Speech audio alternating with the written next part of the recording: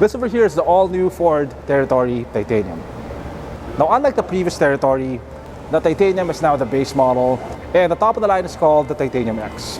In this video, we'll do a walk around of the Titanium. I'll show you around the exterior, the interior, we'll talk about the features, and we'll talk about the controversial pricing. So, is this still worth your money? Let's find out.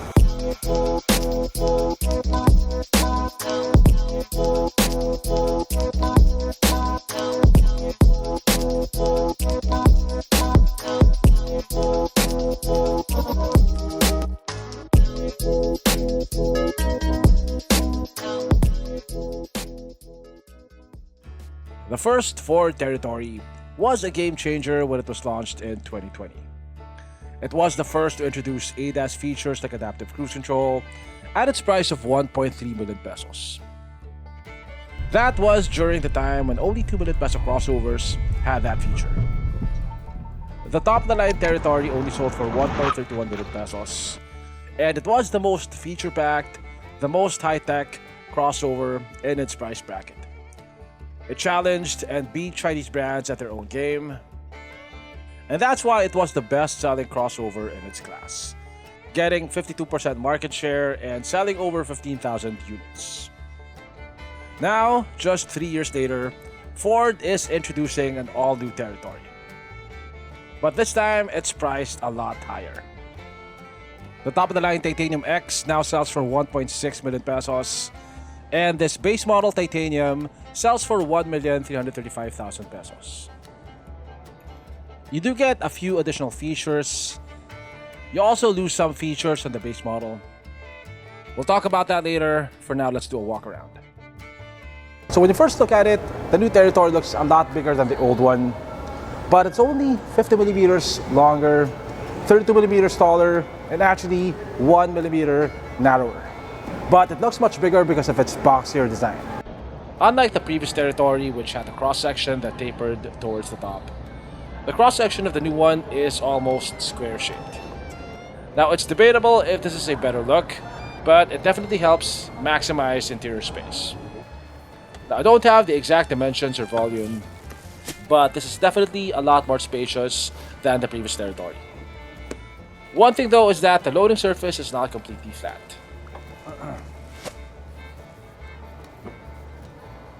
There's a lot less styling going on here on the sides compared to the old Territory. You don't get the sharp upswept lines or the bulging fenders of the old Territory. Instead, you get these softer edges and flatter side panels. You also don't get the floating roof design unlike most of its competitors. So it's definitely more conservative looking than a lot of its Chinese competitors. This Titanium variant gets 18-inch wheels, while the Titanium X gets bigger 19-inch wheels. It gets disc brakes on all four corners, and the suspension is the same as the old Territory. It gets McPherson's at the front and an independent multi-link suspension at the back. Now this would be my favorite angle of the car. It looks mean, it looks sinister. You have the headlights down low, and you have these squinty looking DRLs up high. The grille insert is finished in gloss black with these scale-like elements accentuated in dark chrome. It looks quite aggressive. I just wish that the rest of the car matched the aggressiveness of the front. Overall, the styling of the new Territory is more conservative than a lot of its competitors. Whether that's a good thing or a bad thing depends on your taste. Personally, I wish they pushed the envelope a bit more, as it looks a little bland, especially when viewed from the side. So both the Titanium and the Titanium X come with the same 1.5-liter engine. It's the same displacement as the previous Territory, but the power output has been increased to 160 horsepower and 248 Newton-meters of torque. It is also now made into a 7-speed dual-clutch transmission, unlike the previous Territory, which came with a CVT.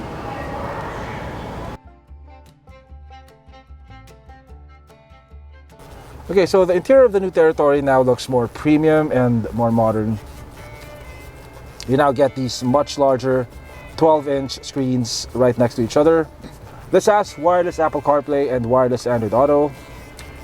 Now, almost everything that you can touch is covered in soft touch materials. Like the entire top of the dashboard is soft touch. This over here is leather wrapped. You have these faux wood panels over here and also over here. You have these knobs over here finished in chrome. By the way, your shifter is also a knob. Yeah, the seats are covered in leather. The driver's seat is power adjustable. The passenger seat is manually adjustable. You got a wireless phone charger, a push start button.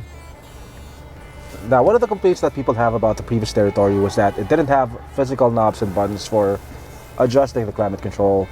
And that is still the same case here. To adjust the climate control, you'll still have to go through the screen.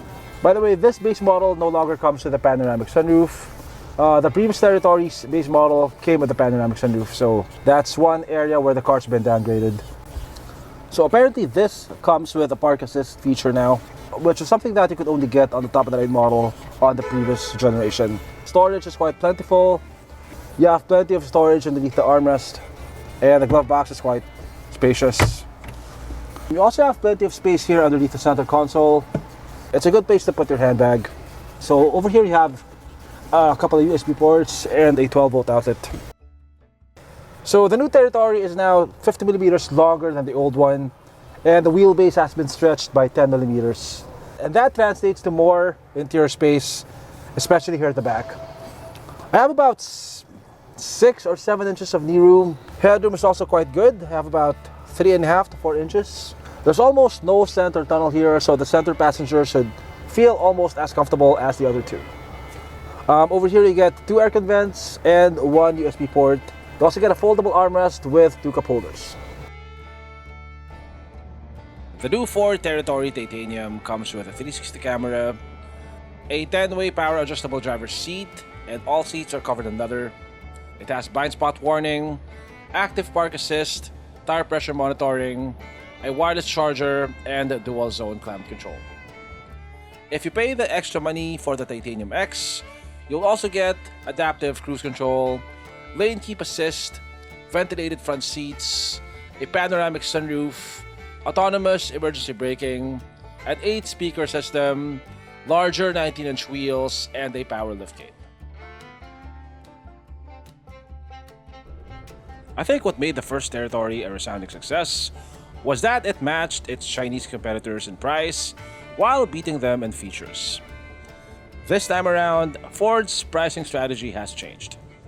At 1.33 million pesos, the base model Titanium is more expensive than the outgoing top-of-the-line model, while having fewer features. And the Titanium X is competing in a completely different price bracket against hybrids and 7-seaters. If you own the previous Territory and you get this base model, you'll be upgrading in some ways, like you'll get more space, a more powerful engine, and a DCT transmission, but in some ways you'll also be downgrading. You'll be losing the panoramic sunroof, which was a standard feature on both the base and top spec models before. At 1.3 million pesos, this does not come with adaptive cruise control and autonomous emergency braking, which were standard features on the similarly priced previous top spec model. If you own the previous Territory and you want a next-gen Territory, the Titanium X is the more sensible upgrade, as you won't feel like you're losing anything. Now, if you don't own the previous Territory and you're not yet ready to buy a Chinese brand, the Titanium is not a bad choice. At 1.33 million pesos, it feels a lot more premium than crossovers from Japanese, Korean, and American brands at the same price bracket. Do watch out for my full review when I actually get to drive the car. Do subscribe to be updated. Thank you for watching.